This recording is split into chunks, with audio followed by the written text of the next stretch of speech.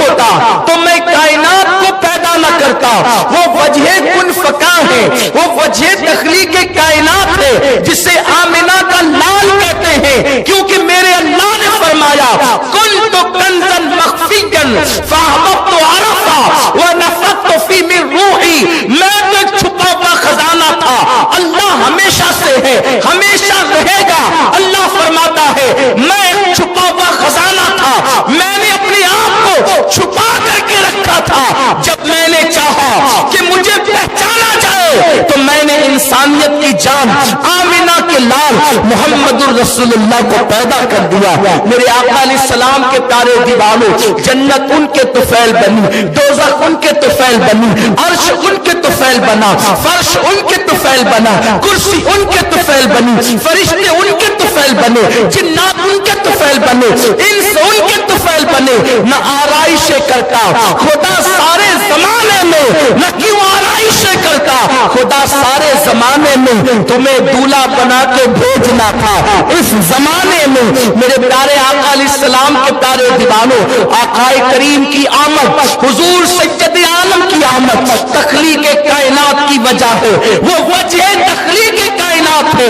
اللہ اکبر. قرآن کا نزول نہ ہوتا اگر وہ نہ آتے, خدا کا دیدار ہمیں نصیب نہ ہوتا جنت میں اگر ان کا وجود پاک نہ ہوتا, اللہ کی معرفت نہ ہوتی اگر وہ نہ آتے. یاد رکھیں یہ گفتگو تو انشاءاللہ آگے پھر کبھی ہوگی. آج جو میرا عنوان ہے ہم میلاد کیوں نہ منائیں, میں اس پر آج گفتگو کرنا چاہتا ہوں. اپنے بیگانے میلاد سے محبت کرنے والوں سے بھی اور میلاد کی مخالفت کرنے والوں سے بھی بس میں تھوڑی دیر. خدا نے رحیم کہا لیکن رؤوف نہیں کہا. اور بھی جگہ پر کہیں کسی کو رؤوف کہا تو رحیم نہیں, لیکن یہاں رؤوف بھی کہا اور رحیم بھی کہا. یعنی یہ تم پر مہربان ہے. یہ کتنا مہربان ہے. ایک ماں اپنے بچے پر جتنی مہربان ہوتی ہے اس سے زیادہ یہ تم پر مہربان ہے. ایک باپ اپنی اولاد پر جتنا مہربان ہوتا ہے اس سے کروڑوں درجہ زیادہ یہ تم پر مہربان ہے. بلکہ بتا دوں ذرا دل کے کان اگر میری طرف لگے ہیں تو دل کھول کر بڑی ذمہ داری سے یہ گفتگو سن لے. وہ ماں سے زیادہ مہربان ہے, وہ باپ سے زیادہ مہربان ہے. حتیٰ کہ ایک نبی اپنی امت پر جتنا مہربان ہوتا ہے وہ نبی سے زیادہ تم پر مہربان ہے. کیونکہ اب آپ دیکھ لیں ذرا, میں بڑی ذمہ داری سے یہ بات کہنے لگا ہوں کہ ایک نبی اپنی امتی پر جتنا مہربان ہوتا ہے وہ اس سے زیادہ تم پر مہربان ہے. اس لیے کہ جناب نوح بھی اپنی امت پر مہربان تھے, جناب موسیٰ بھی اپنی امت پر مہربان تھے, جناب عیسیٰ بھی اپنی امت پر مہربان تھے, جناب داؤد بھی اپنی قوم پر مہربان تھے, جناب یوسف بھی اپنی قوم پر مہربان تھے. یہ سب مہربان تھے. یہ ایک نبی ہی تو تھے جو اپنی امت پر مہربان تھے, لیکن نبی امت پر جتنا مہربان ہوتا ہے یہ اس سے زیادہ مہربان ہے. مطلب کیا ہوا؟ اب ذرا آئیے تاریخ کے جھروکے میں جھانکے اور میری قوم کے جوانوں ذرا دل کے کانوں سے سن لو کہ وہ رسول امت پر کتنا مہربان ہے. رؤوف الرحیم قرآن نے کہا ہے. جناب نوح علیہ السلام اپنی قوم کے درمیان آتے ہیں اور آنے کے بعد کہتے ہیں, کیا کہتے ہیں؟ اے میری قوم ان بتوں کو چھوڑ دو, یہ بت نہ نفع پہنچا سکتے ہیں نہ نقصان پہنچا سکتے ہیں, چھوڑو انہیں, چھوڑو انہیں. حضرت نوح علیہ السلام قوم کو سمجھایا, قوم نہ مانی, خاموشی میں سرگوشی میں سمجھایا, نہ مانی تو چلا کر سمجھایا, نہ مانی اس کے بعد بلا کر کے پکارا, انہوں نے چہرے چھپا لیے بھاگ گئے. حالت یہ ہوئی کہ اس وقت توجہ فرمائے, بہت غور سے سنیں, میں تاریخ کا وہ باب پیش کر رہا ہوں تاکہ آپ کو اپنے نبی کی اہمیت پتا چلے. میرے آقا صلی اللہ علیہ وسلم کے دیوانوں, وہ صرف نماز لے کر کے نہیں آئے تھے, وہ صرف روزہ لے کر کے نہیں آئے تھے. ان کا احسان صرف اتنا نہیں کہ وہ نماز روزہ دے کر کے چلے گئے, نہیں, ایک ماں اور باپ کا رشتہ جہاں دم توڑ دیتا ہے اس سے زیادہ میرے نبی کا رشتہ میرے نبی نبھاتے ہیں. اللہ اکبر. جناب نوح علیہ السلام इमाम। अल्लाह अकबर। कौम को समझाया, कौम ने न माना कि जो रसूल काफिरों पर इतने मेहरबान हो, वो रसूल मोमिनों के लिए रऊफ भी है और रहीम भी है। उनका करम कितना है, उम्मत से कितना प्यार करते हैं। मेरे आका सल्लल्लाहु अलैहि वसल्लम के दीवानों, बस एक बात बताऊंगा, ज्यादा नहीं, इसलिए कि इंशाअल्लाह फिर 2 प्रोग्रामात मजीद और हैं, उसमें कुछ बातें होगी, टाइम भी खत्म हो रहा है। बस एक बात बताऊंगा, हुजूर उम्मत पर कितने मेहरबान है, कितने मेहरबान है, कितनी मेहरबान है, उम्मत से कितनी मेहरबानी करते हैं। बस एक बात,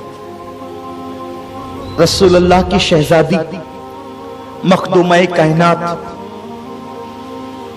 मलके फिरदौस बरी, सैयदा तैयबा ताहिरा, खातून सैयदा फातिमतुज़ ज़हरा सलामुल्लाह अलैहा, अल्फ अल्फ मर्रा फी कुल्ल लम्हा।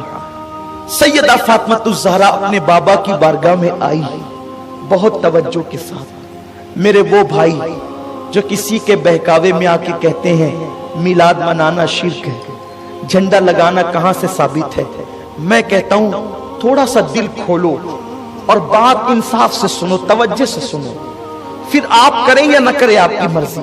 जो नहीं करते हम उन पे जोर नहीं देते, ला इकराहा फिद्दीन, लेकिन जो करते हैं मैं कहता हूं उन्हें मना मत करो, मत इख्तिलाफी बातें मत करो, उम्मत में इंतशार मत फैलाओ। अल्लाह को इख्तिलाफ पसंद नहीं है। अगर तुम नहीं करते ये तुम्हारी अपनी तबीयत है, जो करते हैं उन्हें मत कहो, बहकाओ मत, उनको गुमराह मत करो, उनके साथ इख्तिलाफ मत करो। सैयदा फातिमतुज़ ज़हरा सलामुल्लाह अलैहा अपने बाबा जान की बारगाह में आती है, अर्ज़ करती, अब्बा जान क्या आपने मेरे लिए ये नहीं कहा कि फातिमा मेरे कलेजे का टुकड़ा है? सरकार ने फरमाया, बेटी यकीनन तू मेरे दिल का टुकड़ा है। का बाबा जान एक बात पूछना है, तवज्जो फरमाए, बिलखुसूस हर एक की तवज्जो। बाबा जान एक बात पूछना है कि जब आप मेराज पर गए थे और अल्लाह के कुर्ब में पहुंचे, हुजूर मेराज पर गए तो इतने करीब हुए, इतने करीब हुए, कुरान कहता है सुम्मा दना फतदल्ला फकाना क़ाब कौसैनी औ अदना, इतने करीब हुए कि कुर्बतों की तालीम बनाने के लिए जब हम मदरसे में अपने बच्चों को भेजते हैं तो जलालैन पढ़ाई जाती है, उसमें से एक के मुसन्निफ इमाम जलालुद्दीन सयूती है, और ये सयूती वो बुजुर्ग है जिनको पूरी जिंदगी में 72 मरतबा रसूलुल्लाह का दीदार आलमे बेदारी में नसीब हुआ।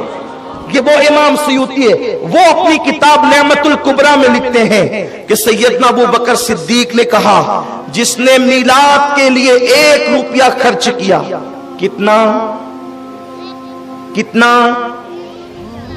आशिकों की मिलाद वालों की तरह आवाज आए,